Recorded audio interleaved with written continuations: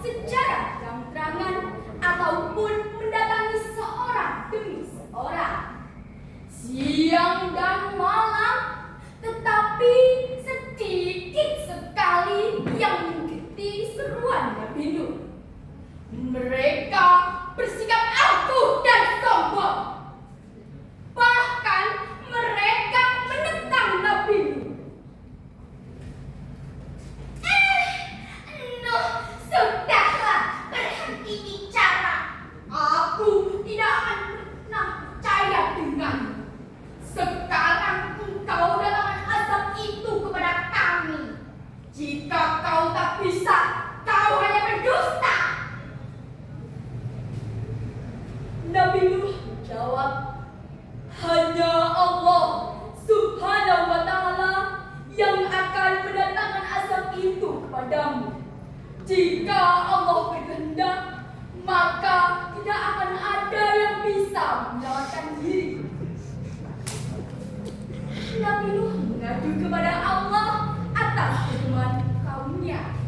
Allah berfirman bahwa pengikut Nabi Nuh tidak akan bertambah. Atas ketetapan itu, Nabi Nuh memohon kepada Allah, ya Allah, sesungguhnya sadarkanlah orang-orang kafir itu. Sesungguhnya mereka telah membuat kerusakan. Kemudian Allah memerintahkan Nabi Nuh untuk membuat kapal yang sangat besar. Ejekan demi ejekan kepada Nabi Nuh semakin menjadi-jadi saat melihat pembuatan kapal itu. Lihatlah, terbuktikan orang itu gila. Apa itu membuat kapal ya untuk berlayar di hutan?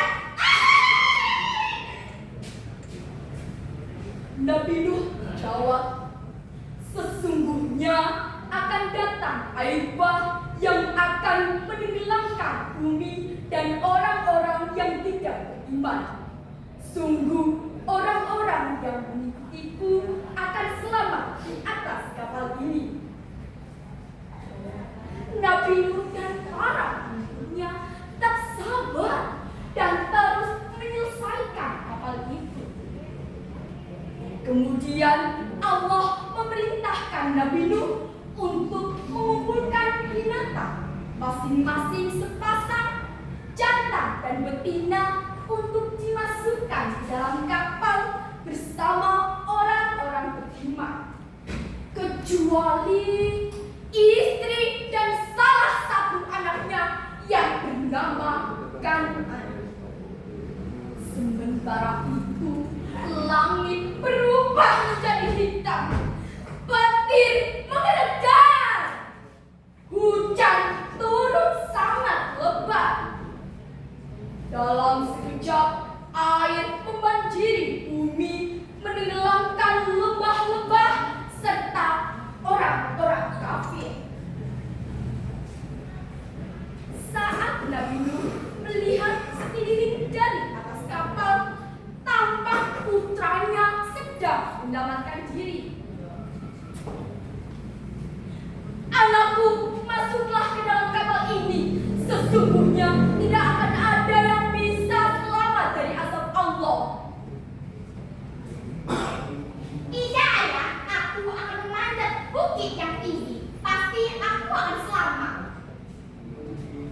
Tiba-tiba datanglah badai dan Kan'an tidak terlihat lagi. Nabi Nuh sangat sedih kehilangan putranya. Nabi Nuh berdoa, ya Allah, ampunilah dosa-dosa anakku. Setelah beberapa hari, air pun mulai surut. Nabi Nuh dan para pengikutnya keluar dari dalam kapal tanpa ada gangguan dari orang-orang kafir.